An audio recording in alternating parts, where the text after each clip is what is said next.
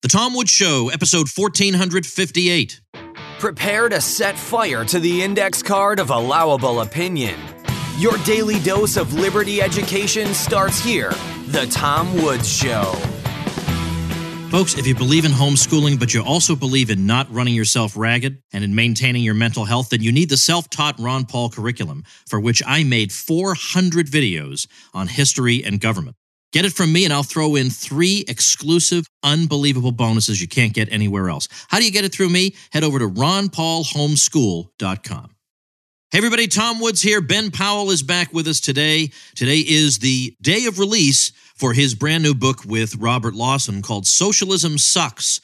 2 economists drink their way through the unfree world. It's a great book. I wrote the foreword to it. I hope it does really well. It's a lot of fun to read. It's unique. It's not like any book you've read on this subject before.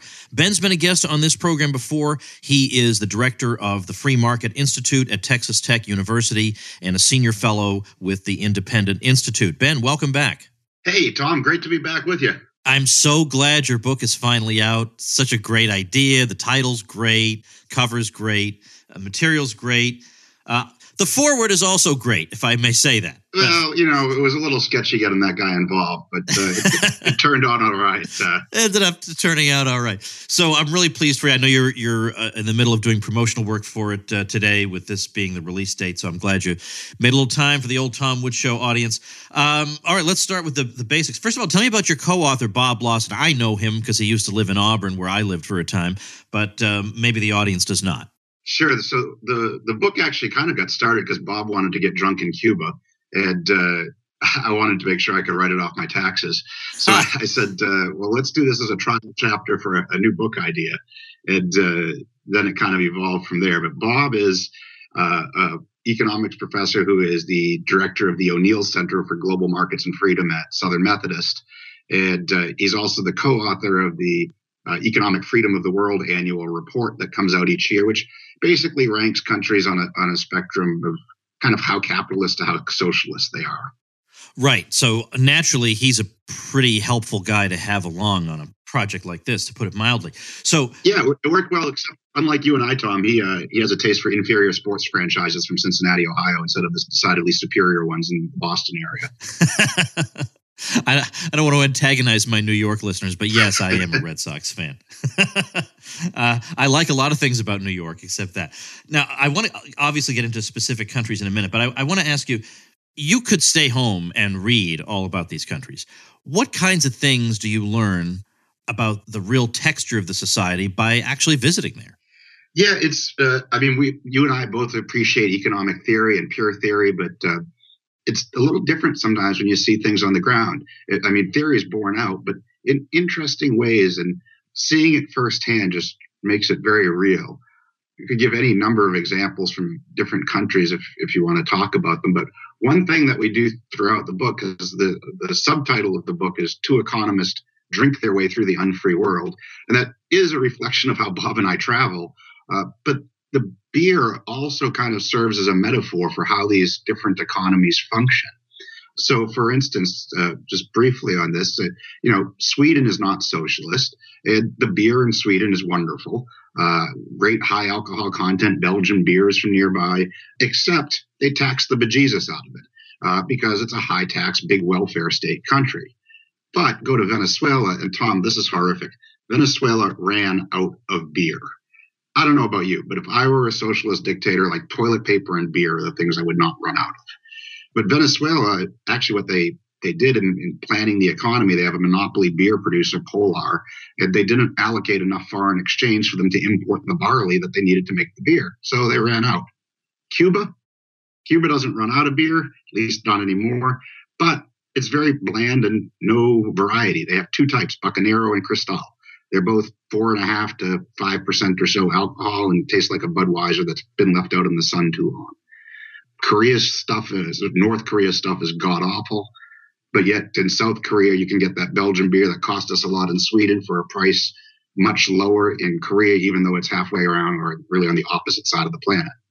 And this kind of goes on as we go through these different countries. The more capitalist they are, the greater variety and quality that you see. You see the Soviet Republic of Georgia completely transform its wine industry from being it was a major wine producer for the Soviet Union because the central planners there were commies, not idiots. They understood that relatively warm Georgia would do better than, say, Siberia. But they mass-produced swill on fertile, low-lying lands. That's all been torn up, and now they have an innovative, really dynamic wine industry that's thriving there as they become very capitalist. So that's just kind of one of the things that you experience firsthand that we kind of describe through the book as it evolves, as just really a metaphor for how these different places function. Yeah, that's really smart, because otherwise it sounds like your title is just a gimmick or just cutesy and clever, but it is an illustration of broader themes about life in these countries. Yeah, and even to drive it home at the very end, the last thing we do, the last chapter is back in the USSA. We go to the largest socialist convention in the United States. And here you got a bunch of commies at a conference, and the capitalist hotel understands its audience. So they put Revolution Brewing Company IPA on tap, which all of this brewing company, they use commie logos, and this one had a green tap handle with a raised fist with a big red star on it. And the lefties were drinking it up there. But the irony, of course, is that Revolution Brewing Company is an independently owned brewer in Illinois, and the company makes a greater variety and quality of beer than all of the socialist countries in the world combined, and yet this company idolizes them. Yeah, naturally. Now, I want to skip ahead, actually. Maybe we'll get back to Venezuela, but I want to go on ahead to Cuba. You point out in the book that professors like you, even under the somewhat liberalized conditions under Obama, it was still not possible for American citizens just book travel over to Cuba, apparently, at least the beginning, but that as professors, you and Bob could go there for research purposes, so you took advantage of that.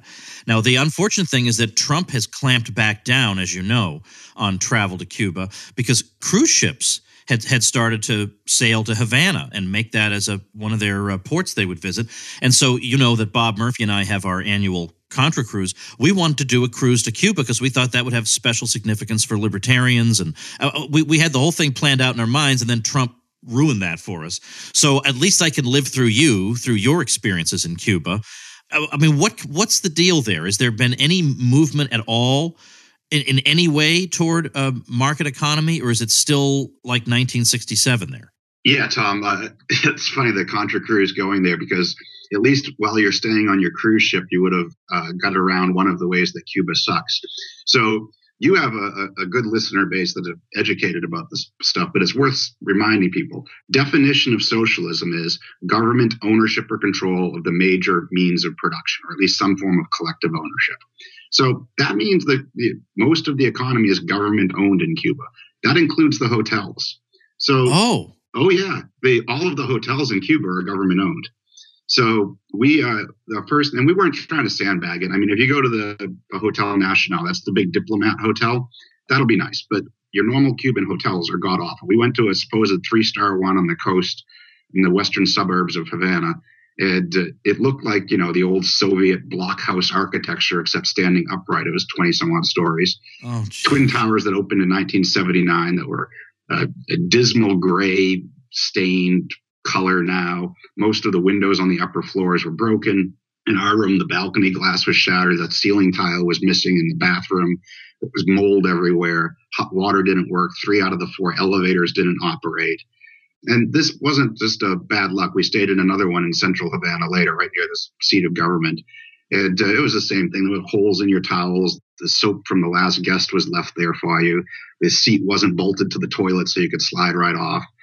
But, and now this points to the little bit of private movement towards freedom. But a number of years ago, they started allowing people to rent out their own homes.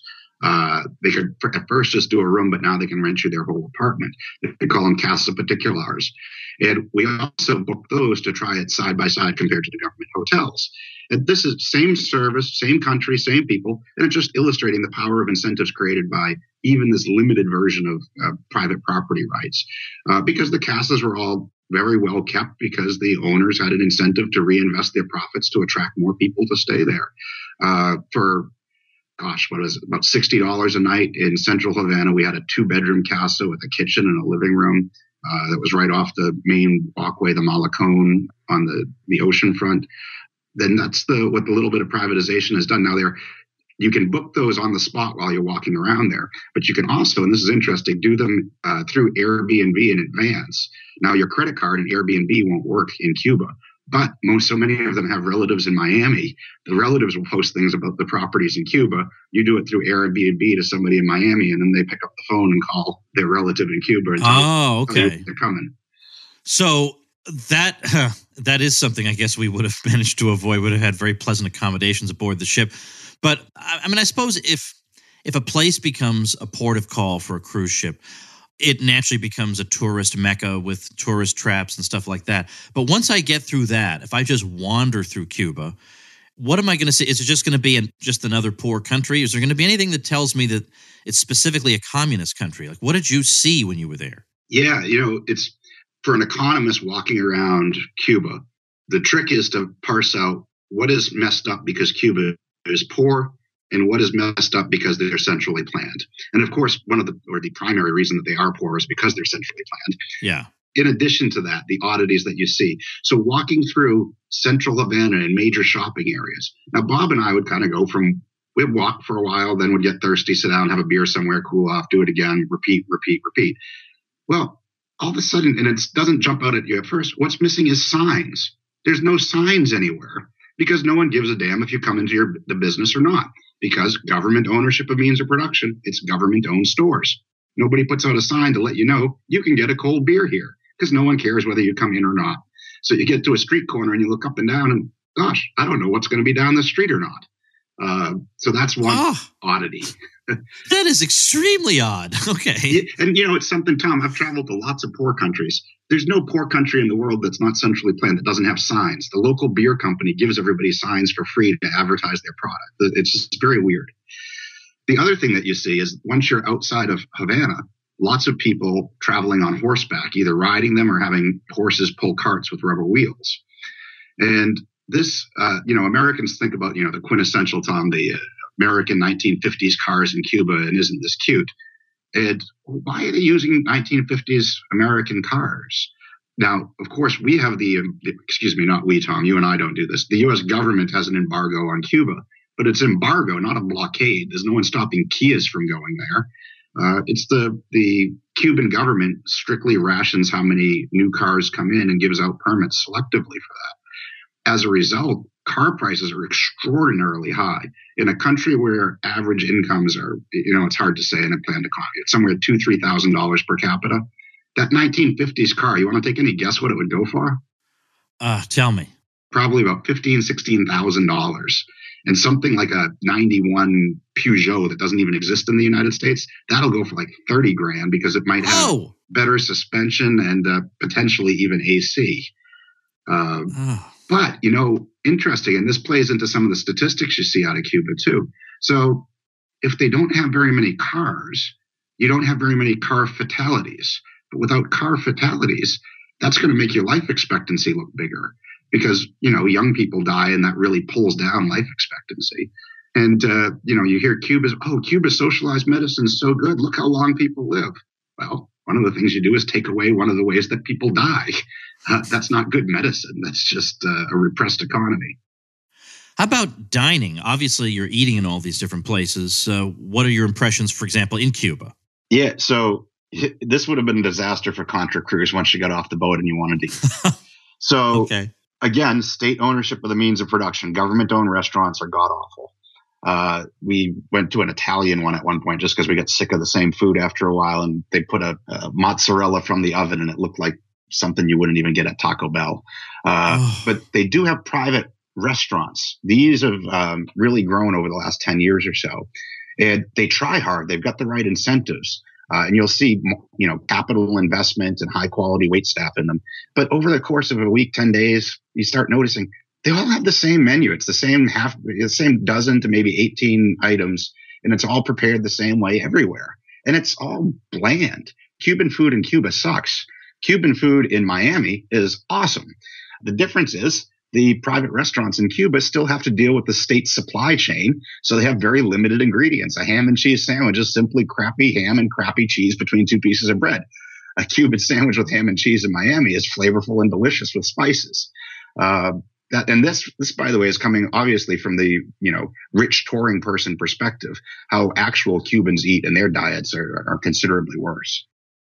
Now let's move on. I know we'll get to Venezuela in a few minutes. I guess I've covered Sweden quite a bit on the show, so I'll link on the show notes page to episodes on that. But I want to cover some places that I haven't really covered, and Russia's a great example because that, I guess, is, obviously formerly communist, but right now it would be interesting to hear how you would describe it, because there were a number of Austrian economists who wrote articles about what proper desocialization ought to look like. And it certainly wouldn't be, auctioning off state-run enterprises to apparatchiks.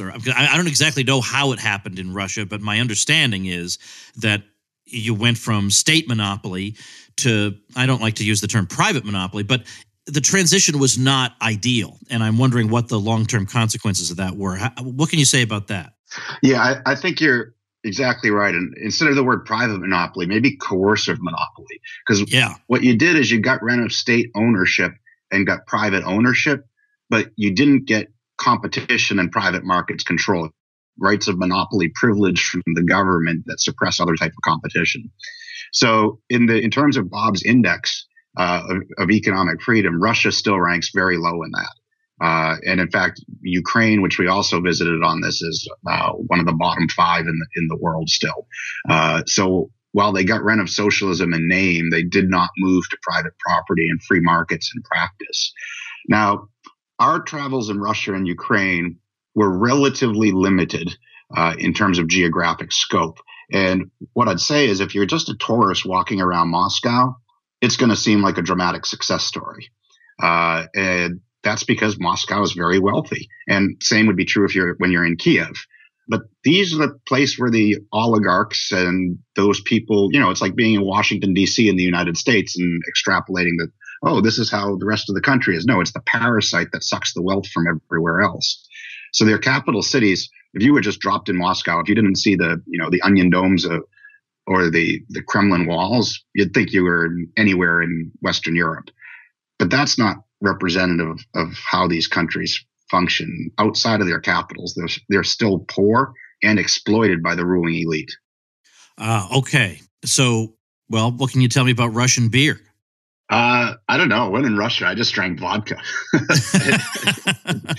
That leads to not remembering some of it, but my impression of Russian vodka was that it was still pretty good.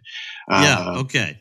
One thing I will tell you that you see even in Moscow, though, a hallmark of Soviet times was waiting in line. Yeah. People waited in line for the basic necessities all the time. And of course, you and I know that's because when you don't use market prices, you still have to ration because people compete for things. Well, the fun irony in Red Square is Lenin's tomb is there, and they charge a zero price to see it. So the one place that you can still find lines in Moscow is everybody lining up to see the old bastard. But any of the restaurants and stores are now market prices, and there's no lines. How about that? Okay. Let's move on to Georgia, and then we're gonna circle back to Venezuela, because what you have to say about Georgia, I wasn't aware of at all. Like, if I were thinking about places that had either been part of the Soviet Union or under Soviet domination that were doing really well today, the first place I would think of would be Estonia, because I've heard so much about it. But I haven't heard anything about Georgia, and I'm interested in what you guys found there. Yeah, you're absolutely right. So Estonia and Georgia are two great Soviet success stories, but most people know more about Estonia because Estonia started their reforms almost right away, during that period of shock therapy once the Soviet Union collapsed. Georgia had essentially no reforms for almost 15 years after the fall of the Soviet Union. You got rid of the commies, but the commies kept control. Georgia began its transformation only in the mid-2000s. So that's why a lot of people miss it. But it's actually made the most radical free market reforms of any former socialist country. The way it came about, it's in the Rose Revolution. Mikhail Saakashvili becomes the president, and he was trained in, I think he actually at Columbia, Tom. at Columbia Law School, and he was kind of like a Western consensus type politician, which, you and I think that's pretty status, but relative to the Soviet oligarchy. Yeah, it's better than what they had. Relative to the Soviet guys, it's pretty good. But here's the real kicker. He got a guy, Kaha Bukovitz, to be his finance minister and gave him authority over the economy. And Kaha is a Rothbardian. He was like as hardcore as they come, basically borderline anarcho and self-identified with Rothbardian type economics. So this is cool. I mean, this is like giving you, Tom, the authority to be finance minister of a country. So he started immediately real privatization, where the whole point was just to get it to private hands and get competition going. And instead of the insider deals that you got everywhere else, he did online auctions, highest bidder, regardless of who they are. So Russians could buy Georgian property, and it got more revenue coming into the government like that, so that they could slash back in taxes in other areas. He cut taxes across the board. There was one small flat tax left. He fired government employees in mass. Probably the most fun one is he had fired the entire country's traffic police in one day. And the joke is that crime went down because they were the most corrupt people in the country. You saw across the board deregulation, destatization, and almost immediately things start turning around there. Economic growth picks up. Most indicators, save one, look like the economy is doing great very quickly. That one is unemployment, and that's because he just was firing government officials enough to jack unemployment up to about 30%. But of course, these were the unproductive parasites in the economy that he was turning to be unemployed. And over time, they went to the productive sector, and unemployment got back down to a low level with output increasing. It's been a dramatic success story. In terms of their economic freedom rankings, in 2003-4, they were unranked, which unranked usually means really bad, because it means you can't even get data out of the country to be able to objectively rank them. To recently, they made the top 10 in economic freedom in the world, at one point scoring higher than the United States. And Bob, he's been to Georgia something like 15 times. And he had met Kaha right after the Rose Revolution, and he just, as he describes it, is in this dingy old building that barely had electricity in the winter. And Kaha said, I'm going to reform this place, and it's going to become the most capitalist country in the world, more capitalist than the USA. And Bob kind of laughed like, this guy's crazy. But turns out he actually, in the long run, pulled it off. That's an amazing story, and somehow it evaded me completely, but I'm glad I know about it now. Now, in your book, now again, I'm kind of jumping around because I want to give people a flavor of what they can expect in here. You do cover China, you cover North Korea, and I suppose by contrast, South Korea. But let's say something about Venezuela, because it is still on people's minds, and because, as I, by the way, point out in the foreword there, these days, it's very fashionable for socialists to say that's not real socialism and you guys are being unfair. But when it was at least apparently doing well, they couldn't call it socialism fast enough. I mean, I quote David Sirota, who now works for Bernie Sanders, and he said in 2013 that something along the lines of, this goes to show that socialism works, and the ideologues in the U.S. don't know how to deal with that. But the socialists know how to deal with it. When it doesn't work, you just call it not real socialism. But it was real socialism for them up until about 10 minutes before it went sour. And so when people say, well, we don't want Venezuela in the U.S., like Bernie will say, we don't want Venezuela, we want Sweden. But as Michael Malice points out, yeah, the people in Venezuela didn't want Venezuela either. They also wanted Sweden. And they wound up with Venezuela. So it's a bit of a problem. So talk about your experiences there and what you saw with your own eyes. Sure. And an interesting thing that people need to remember is that Venezuela was once relatively rich. If you go back to 1970, they had a higher per capita income than Spain itself. Now, from 1970 until Chavez comes to power in 98, they were on a long, stagnant kind of decline, but not a collapse like what you're seeing now. So what we saw, particularly when we were at the bridge it's been on the news recently, where the aid trucks were stopped and they weren't letting them in. When we were there, they were letting Venezuelans freely move back and forth across that bridge into Cuba, Colombia. And we saw thousands upon thousands of them each day crossing the bridge to buy basic toiletries, food staples that the Venezuelan economy couldn't provide. But what was striking, Tom, is that this wasn't typical third world poverty. if you looked at the clothes that people were wearing who were crossing the bridge, the luggage that they were using to put the stuff, their staples in, this is the same type of luggage you'd expect to see in any major U.S. airport. This was not the impoverished Venezuelans. This was the middle class, upper middle class Venezuelans who used to have decent incomes and still had some good consumer products like that luggage, who are now struggling to get the basic necessities. Meanwhile, their poorer counterparts in Venezuela, in many cases, are actually starving to varying degrees because they don't have any wealth to draw on to get resources from the outside. That was one of the most striking things visually to see that was just different than normal third world poverty. But I think the other important point for people to realize in Venezuela too is this isn't just socialism gone bad. This is democratic socialism gone bad. So when Chavez was elected in 98, this was a free election. Now, he had tried a military coup a few years earlier, unsuccessful, and got thrown in jail. But then he won in a free election with international observers like former U.S. President Jimmy Carter. He was reelected and got a new constitution put in place. This was the people voting for this and him doing it democratically. Now, what necessarily happens is centrally planned systems can't provide the goodies. The economy stagnates. Then people are going to become upset with it. And this is what's happened once the oil prices fell. So the economy was hollowed out under Chavez. What the observers from outside were saying, look, socialist success. This is Venezuela sitting on the world's largest oil reserves, and with high oil prices, using that foreign exchange to buy stuff to hand out to people in the country. Because meanwhile, food production, even during these so-called good years, was plummeting in Venezuela.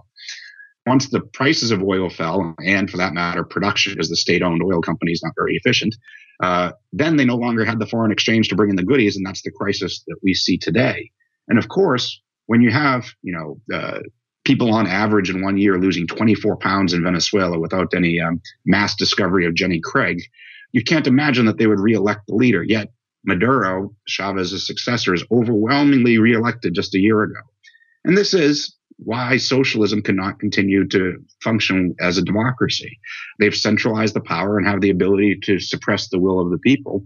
And the people who are in the state-owned companies were told, if you do not vote for Chavez, you will lose your job. They handed out food rations next to the polling places, repressed the opposition parties. And more recently, they've declared an interim president in Venezuela from the opposition assembly, which they're constitutionally allowed to do. And Maduro has used the military to resist this. And democratic socialism has become mere socialism. Socialism, supposed economic success, has been revealed for the failure that it is everywhere.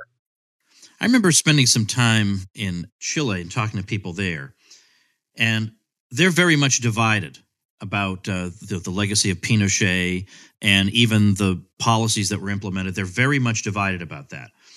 But if I were to ask them, why do you think Chile is doing relatively better than neighboring countries, they would attribute it to government policy. But meanwhile, at the time, now forgive me if I'm getting this backwards, but I'm pretty sure at the time there had been a lot of movement of people between Peru and Bolivia, people going from Peru to Bolivia. Now, if you had asked people in Bolivia, why do you think people are moving to Bolivia? I think the answer would have been more like, because Bolivians are better than Peruvians, because it's just, there wouldn't have been a sense that there was some policy difference. But in Chile, they did have this sense. And because they understood this, it meant that they didn't necessarily look down on other people as being inferior to them. It was that we just have a better system here. And so it helps for, frankly, the brotherhood of man, for us to understand these things, that this isn't a matter of superior and inferior. It's that these people live in a better system than other people live in. But anyway, the reason I bring this up is that I am concerned, I think with good reason, that people in Venezuela are not going to make a policy-based conclusion about what's happened to them. Instead, they're going to make a personnel conclusion. They're going to say, well, the wrong person was running the socialism. Is that the impression you get? Yeah, unfortunately, Tom, I agree with that, because the timing of the oil price downturn was right after Chavez died. So this gets lumped onto Maduro. And Guaidó is the new person that's been named interim president by the assembly. And Maduro's got to go, but Guaidó is also identified as a socialist. So, meet the new boss, same as the old, seems to be what's in the cards in Venezuela. So having spent, well, let's see, how long of a project was this to get to all these countries? When did you start? When did it finish? June of 2016, we started, and we finished up the Socialism Conference in the United States last summer. So, okay, 2 years. Now, obviously, the conclusion is socialism sucks. That's the name of your book and everything. Do you have any more subtle or surprising or other types of insights that maybe you didn't fully expect when you embarked on this?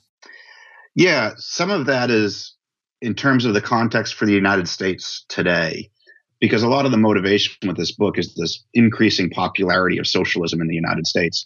And by going to the conference and actually talking to the people there, first of all, you notice immediately there's nobody our age, Tom.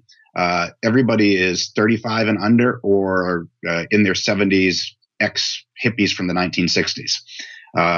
But in talking with them, among the young ones anyway, who are attending a conference organized by the International Socialist Organization that means, real socialism, as in nationalizing the means of production, I'd guess that nearly half didn't identify with the core features of socialism. They were politically leftist, left of the Democratic Party, often just an issue person, be it abortion, environment, migration, police, gender, pick it. And they saw that as a problem with the United States today, often didn't understand that the problem that they were seeing as a result of government intervention rather than capitalism or the free market, and would say socialism is the answer, but without meaning nationalizing the means of production or abolishing private property. If pushed, you got an answer of something like Sweden, which isn't socialist. So that was encouraging, because actually one other thing I learned in discussing this a bit with Matt Kibbe, who we did a drinking postscript with him to the book too. A question I had, Tom, is like, how do we go from youth for Ron Paul to youth for Bernie Sanders in such a short period of time, where young people were overwhelmingly attracted to Ron Paul to now favoring socialism? And Matt points out, I think a lot of it is seeing problems with the current United States and the crony interventionist machine that we have in Washington here. And they were attracted to the anti-establishment nature of Ron Paul, and they're attracted to the anti-establishment nature of Bernie's, at least his rhetoric, without really a firm understanding of the economics behind any of this and how to actually get the results they want. They want good things, but don't understand how to get them. So I think rhetorically, Tom, you and I and other lovers of liberty have to do a better job reaching out and explaining how freedom and free markets aren't exactly what the U.S. government is delivering to people, and explaining what the alternative really is. That said, there's also a huge chunk of these people who really are commies and would abolish your private property. For most of them, though, they just don't get they want something called socialism from below. The workers will just organize what they want to do, with missing the fact that you have to coordinate production across millions of people in order to have an advanced standard of living. And if you're not going to use prices and profit and loss to coordinate, there's a reason why every socialist country has used some form of central planning, because you need to coordinate. If you let every worker decide what the heck they want to do, there's no reconciliation mechanism, and you don't produce things. Your hippie commune's not going to produce an iPhone, comrade. And that seemed to be the other kind of type of person that I found there, and they're a little more hopeless, I think, than the other ones. Well, the book is Socialism Sucks. Two Economists Drink Their Way Through the Unfree World by Ben Powell and Bob Lawson. I'm going to link to it at tomwoods.com/1458. I highly recommend it. And Ben, best of luck with the promotion. Hey, thanks, Tom, and thanks for doing the foreword and for having me on. All right, folks, that's going to do it for today. Tomorrow, the editor-in-chief of the Babylon Bee joins me, and I solicited questions for him from my supporting listeners over in the Tom Woods Show Elite group. You belong in the Tom Woods Show Elite. You like the Tom Woods Show? Well, that's pretty much the only requirement. So head on over to supportinglisteners.com, which is the entry point for the Tom Woods Show Elite, and I'll see you all tomorrow. Become a smarter libertarian in just 30 minutes a day. Visit TomWoods.com to subscribe to the show for free, and we'll see you next time. Like the sound of the Tom Woods Show? My audio production is provided by Podsworth Media. Check them out at podsworth.com.